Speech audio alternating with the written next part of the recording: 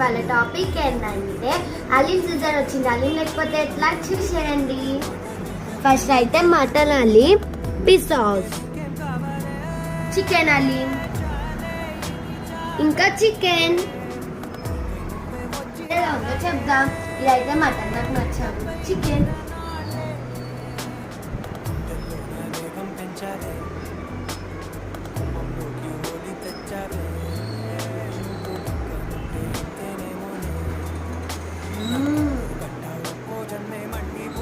చాచా నుంచి చికెన్ హలీం చాలా బాగుంది.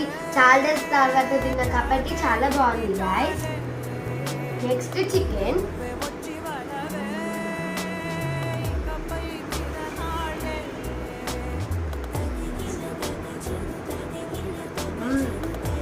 చికెన్ కూడా బాగుంది.